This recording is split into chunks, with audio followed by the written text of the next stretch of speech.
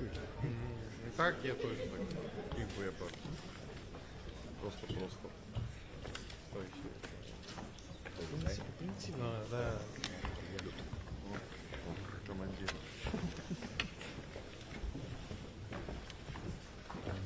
Янка.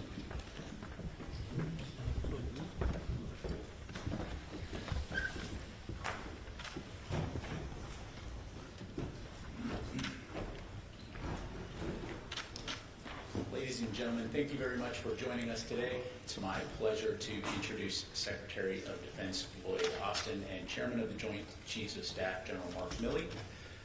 Secretary Austin will begin with some brief comments, followed by General Milley. I will call on the reporters, and due to time constraints, I would ask you to please limit your follow-ups. With that, I turn it over to Secretary Austin.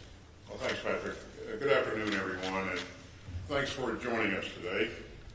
We've just concluded our 9th meeting of the Ukraine Defense Contact Group. I'd like to thank Ukrainian Minister of Defense Reznikov and his team for once again joining us today. Now, next week the world will mark a grim milestone. It will have been a year since Russia invaded its peaceful neighbor, Ukraine. Our hearts are with the families of all the Ukrainian soldiers killed and wounded, fighting to defend their country, their sovereignty, and their fellow citizens.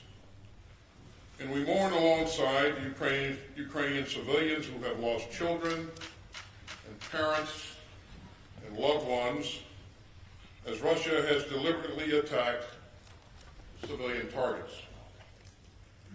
Russia has inflicted a year of tragedy and terror on Ukraine. But the people of Ukraine have inspired the world. We deeply admire the resilience of the Ukrainian people and their determination to defend their territory, their sovereignty, and their freedom. And nations of goodwill have rallied together to reject Putin's vision of world chaos. Of a world of chaos where tyrants can trample borders and conquer their peaceful neighbors and break the rules of war. And that's what this contact group represents. Together we have made clear that we will support Ukraine's self-defense for the long haul. And we will move out with the urgency that the moment demands. Earlier this month, the United States announced another round of security assistance for Ukraine. The presidential drawdown announcement included more ammunition for HIMARS. It included 190 heavy machine guns to counter unmanned aerial systems from Russia or Iran, 181 MRAP vehicles, and more than 2,000 anti-tank munitions and other key capabilities. We also added $1.75 billion in Ukraine Security Assistance Initiative funds for critical air defense capabilities, including counter-UAS systems and more. And at today's contact group, we joined again with our valued allies and partners to make sure that Ukraine has what it needs when it needs it. We continue to work together to provide Ukraine with full combat credible capabilities and not just equipment. And that's why we discussed synchronizing our donations into an integrated training plan. And you can see the importance of our coordination and our common efforts to meet Ukraine's needs for armor.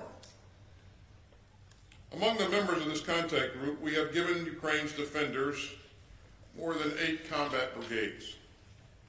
This includes major contributions from the United States of Strykers and Bradleys and Abrams tanks.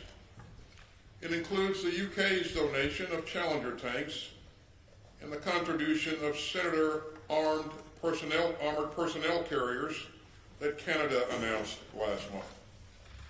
It also includes the refurbished T-72 tanks that the United States, the Netherlands, and the Czech Republic are in the process of delivering, as well as Poland's latest donation of T-72s. and it includes the important steps from Germany, Poland, Canada, Portugal, Spain, Norway, Denmark, and the Netherlands on Leopard battle tanks. Now, we also heard today about significant new air defense donations. That includes Italy and France, which jointly announced that they will provide Ukraine with the SAMP-T air defense system. France also announced that it will work with Australia to ramp up 155mm ammunition production to support Ukraine.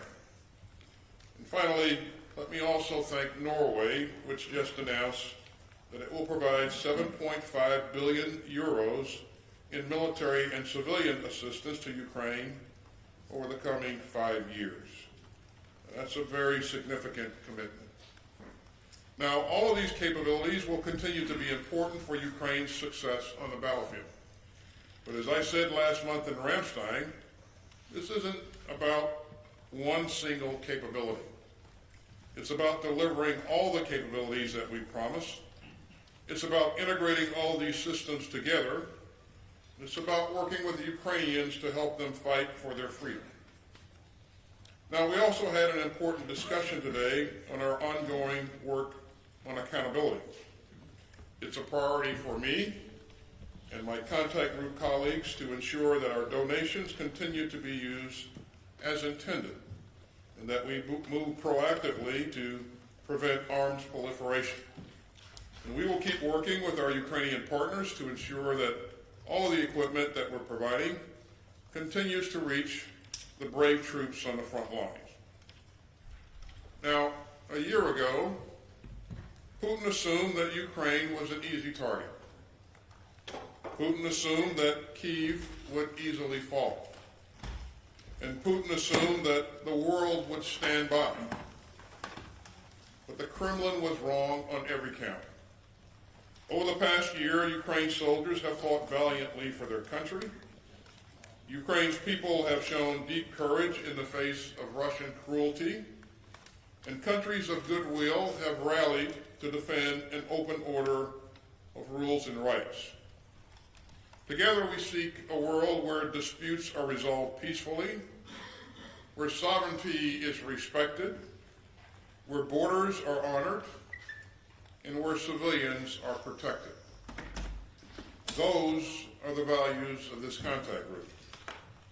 We stand united in our support for Ukraine's fight for freedom, and we will stand together, united and resolute, for as long as it takes. And with that, let me turn it over to General Milley. Thank you, Secretary Austin, and thank you for your leadership, leading this ninth successive contact group. This is an incredible level of effort by many, many countries. It wouldn't be happening without the leadership of Secretary Austin. Good afternoon to everyone, and let me start by giving my condolences to the people of Turkey and Syria with the tragic loss of life and suffering that's occurred because of the recent earthquake. Also suffering are the Ukrainian people. We are approaching the one-year anniversary of Russia's illegal invasion of a sovereign nation of Ukraine. And I want to thank the ministers of defense and the chiefs of defense that were here today, representing 54 countries that continue to participate in this group. The actions of those leaders over the last year have contributed substantially with real effect on the battlefield, and they collectively have demonstrated unwavering commitment to the defense of Ukraine. And a special thank you to the Ukrainian Minister of Defense, Reznikov, and his Deputy Chad, General Moisuk, who continue to display exceptional leadership. And my friend, General Zaluzny, who is on the battlefield every day, leading his country's defense. 10 days from now is the one-year anniversary when Russia brutally, illegally, and in a completely unprovoked way invaded the sovereign nation of Ukraine. As the Secretary just pointed out, Putin thought he could defeat Ukraine quickly, fracture the NATO alliance, and act with impunity. He was wrong. Ukraine remains free. They remain independent. NATO and this coalition has never been stronger, and Russia is now a global pariah. And the world remains inspired by Ukrainian bravery and resilience. In short, Russia has lost. They've lost strategically, operationally, and tactically, and they are paying an enormous price on the battlefield. But until Putin ends his war of choice, the international community will continue to support Ukraine with the equipment and capabilities it needs to defend itself.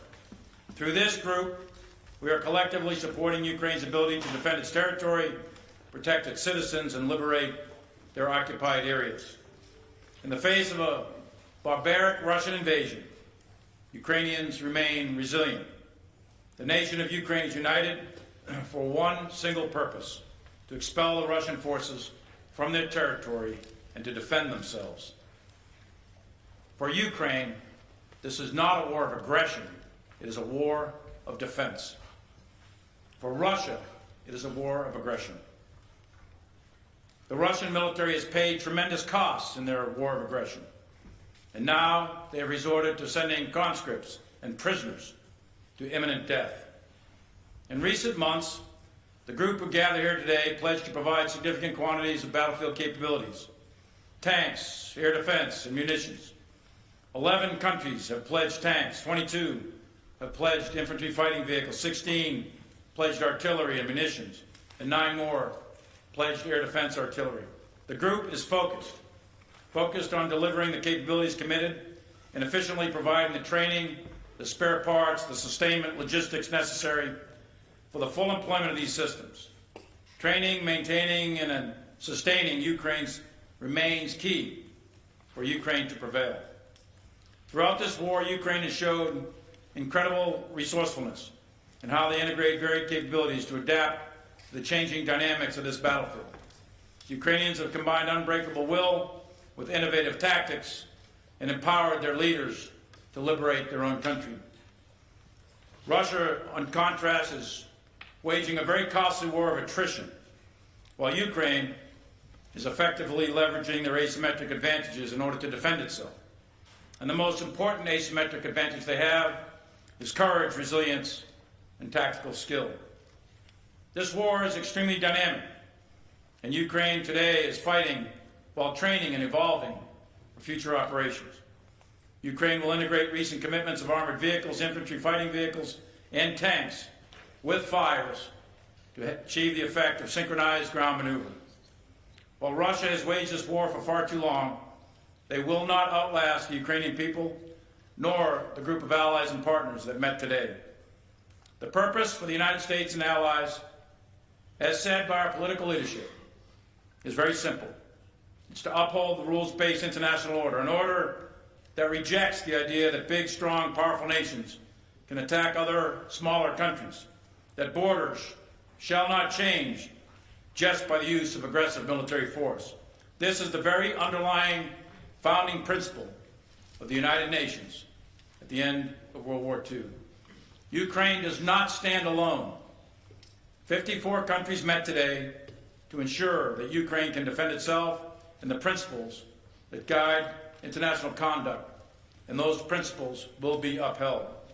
We will remain a unified coalition. We will continue to uphold the values of sovereignty and freedom, and we will continue to support Ukraine. Thank you, and I welcome your questions. We'll go first to Tara Cupp, AP. Secretary Austin, you said earlier this is a crucial moment for Ukraine and that the allies need to get air defenses and munitions into Ukraine now. What are you seeing from Russia that makes this moment different? And the NATO Secretary General has already warned that Ukraine is burning through munitions faster than a rate that the allies can supply it. Will you at some point need to ask Ukraine to do more with less? And then for Chairman Milley, did one of the missiles fired at the Lake Huron object miss? And if so, what happened to that missile? And if so, does that change your risk calculus for shooting down objects over U.S. soil? Are you starting to develop alternatives if and when you detect the next object? So in terms of where we are, thanks Tara, in terms of where we are in the fight, what we've seen over the last several months is a contested battlefield.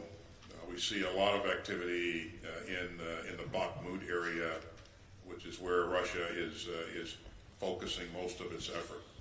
We see Russia introducing a number of new troops to the battlefield. Many of those troops are ill-trained and ill-equipped, and so their casualty rate has been really high.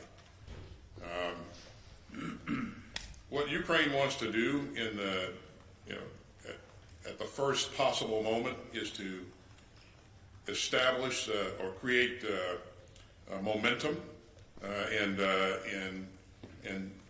establish conditions on the battlefield that continue to be in its favor.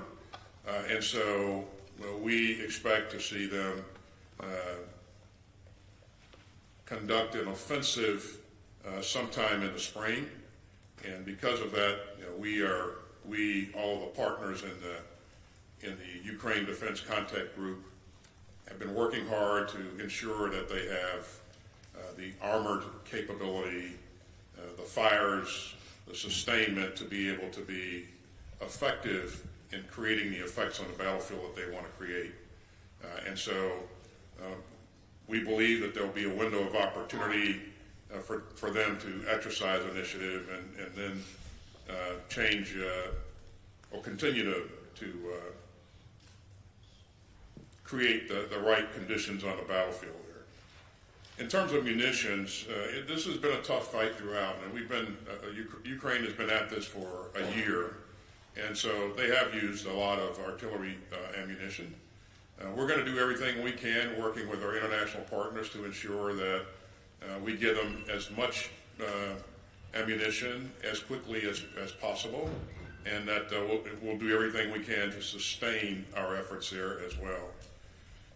We are working with the Ukrainian soldiers in various places throughout Europe to emphasize additional training on maneuver, so that as they place more emphasis on maneuver and shaping the battlefield with fires and then maneuvering, there's a good chance that they'll require less artillery munitions, but that's left to be seen. So we're going to do everything we can to make sure that they have what they need to be successful, and that's what we continue to emphasize here in the Ukraine Defense Contact Group, and we think the training will pay additional dividends as well. So Tara, on the balloon shot, yes, first shot missed on the fourth balloon. So we're talking about the balloon that was downed over Lake Huron. The first balloon, the Chinese spy balloon that went down over the Atlantic and the South Carolina coast, that shot hit. The second one over Alaska, on the north coast of Alaska, that one hit. The third one that landed in the Yukon, that one hit. On the fourth one over Lake Huron, first shot missed, second shot hit. So the most important thing for the American military is to protect the American people.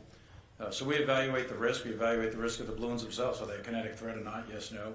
Are they an intelligence threat? Are they a threat to civil aviation? All those things we go through very, very carefully. We determine what the debris field is likely to be with one of these platforms landing on the Earth's surface or in the water. So we go to great lengths to make sure that the airspace is clear and the backdrop is clear out to the max effective range of the missile. And in this case, the missile landed harmlessly in the water of Lake Huron. We tracked it all the way down. And we made sure that the airspace was clear of any commercial or civilian or recreational traffic. We do the same thing for the maritime space. So we're very, very deliberate in our planning. NORTHCOM does that along with the pilots themselves. So we're very, very careful to make sure that those shots are in fact safe. And that's the guidance from the President. Shoot it down, but make sure we minimize collateral damage and we preserve the safety of the American people. And just a quick clarifier, are you confirming that the other three objects were also balloons, the first one? I'll just use the word object. That's what everyone's using. We'll see. We don't have them recovered yet, as you know. Number 2, 3, and 4 not recovered yet. Number 1 we are recovering and getting a lot of stuff off that. But 2, 3, and 4 not yet recovered. They're in very difficult terrain. The second one off the coast of Alaska is that's up in some really, really difficult terrain in the Arctic Circle with very, very low temperatures in the -40s. The second one is in the Canadian Rockies in Yukon. Very difficult to get that one. And the third one is in Lake Huron at probably a couple hundred feet depth. So we'll get them eventually, but it's going to take some time to recover those. All right, let's go to Dimitro Ukrform. Thank you for the floor. National News Agency of Ukraine, Dmytro Shkurko. To Mr. Secretary, was the question of the plane supplies, I mean combat jet supplies to Ukraine, was discussed or not? And what kind of security circumstances should be created inside Ukraine to deploy a new type of aircrafts of such kind? Does it mean that that is possible after the integrated air defense system is created? And to General Milley, if I may, what is your risk assessment for supply routes of the delivery of Western equipment and ammunition to Ukraine, and how it could be made more secure? Thank you. So on the issue of aircraft, I don't have any announcements to make on aircraft today. We're going to continue to work with Ukraine to address Ukraine's most pressing needs. Again, they're contemplating an offensive in the spring, and that's just weeks away. And so we have a lot to get done. So if you think about the numbers of systems that we're bringing together, Bradleys, Strikers, Martyrs, CB-90s, 113s, artillery, and the list goes on and on. It's a monumental task to bring all those systems together, get the troops trained on those platforms, and make sure we have sustainment for all of those systems, and get those systems into the fight. So that's really the focus of our conversation today. So, Dmytro, lines of communication in warfare and combat are always subject to enemy attack. No different here. And the lines of communication that stretch through the western portions of Ukraine are subject to Russian attack from the air, attack from artillery, attack from special operations forces, etc. So the key to ensure that the supplies get through, maintain good operational security, vary your times, don't set patterns, take different routes, and make sure you disperse your force so that you have small penny packets as opposed to one large massive convoy. The security from the Polish border or any other border, Romanian border, anywhere, that security is part of the security plan for the Ukrainian armed forces. They pick the stuff up and they do that. And they practice all the good tactics, techniques, and procedures that I just described. I would say it's not without risk, but it's moderate and it's been successful so far to get through. Let's go to Alicia Schwartz, Financial Times. Thank you.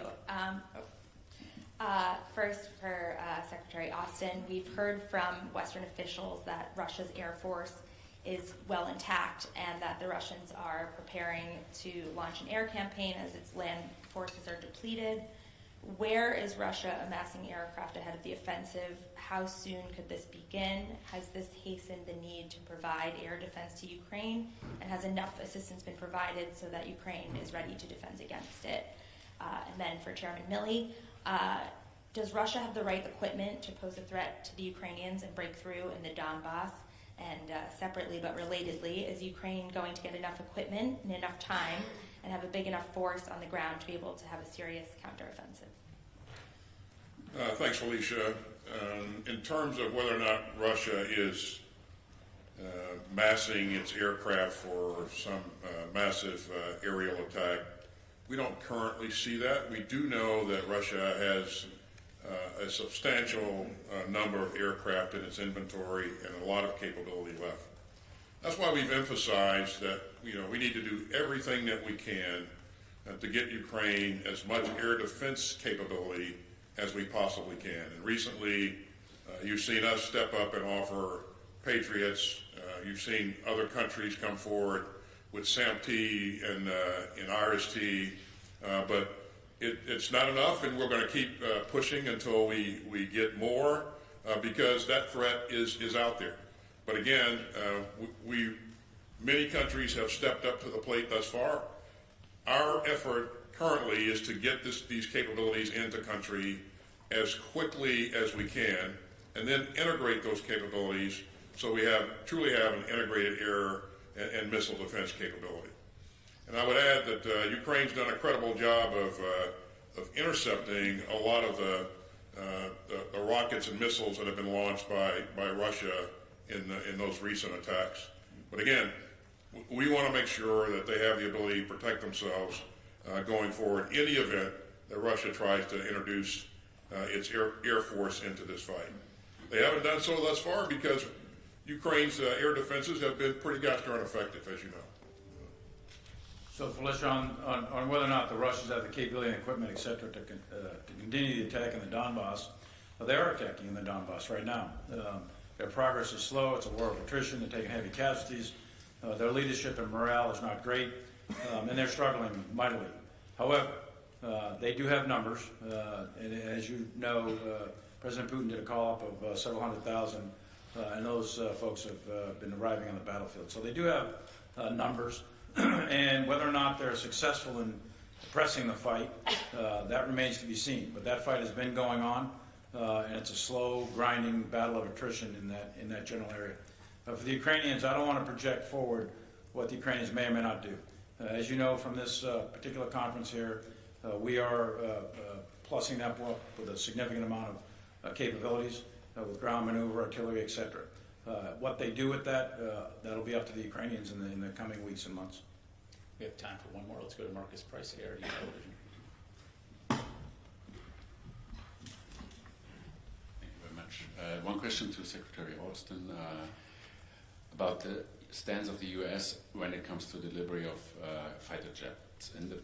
President Biden said no to the delivery of F-16, also earlier in the conflict when Poland offered to deliver MiG-29 via Ramstein to Ukraine.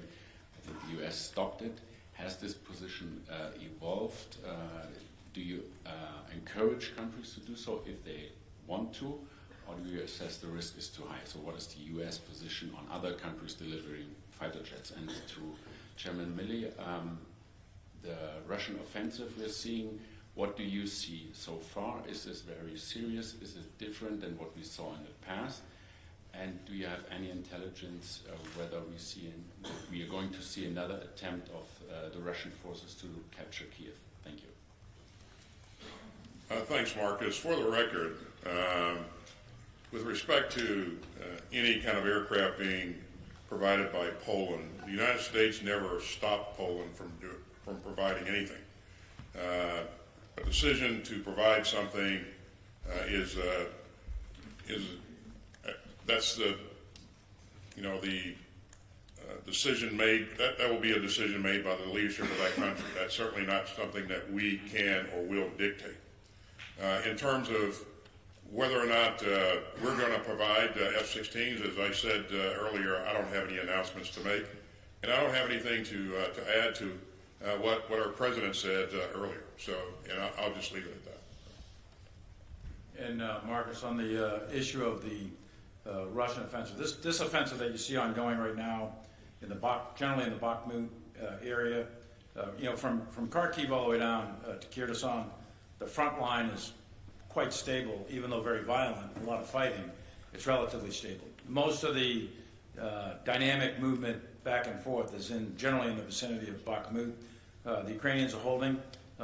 They're fighting the defense. The Russians, primarily the Wagner group, are attacking. But there's what I would describe it as is a really a very significant grinding battle of attrition with very high casualties, especially on the Russian side. There's no fancy arts of maneuver going on here. This is frontal attacks, wave attacks, lots of artillery with extremely high levels of casualties in that particular area. And how long that will last is difficult to say, actually. It's been going on for weeks, and I think it'll continue to go on until either the Russians culminate. I don't think the Ukrainians will just collapse or fold. I think they're going to continue to fight. So that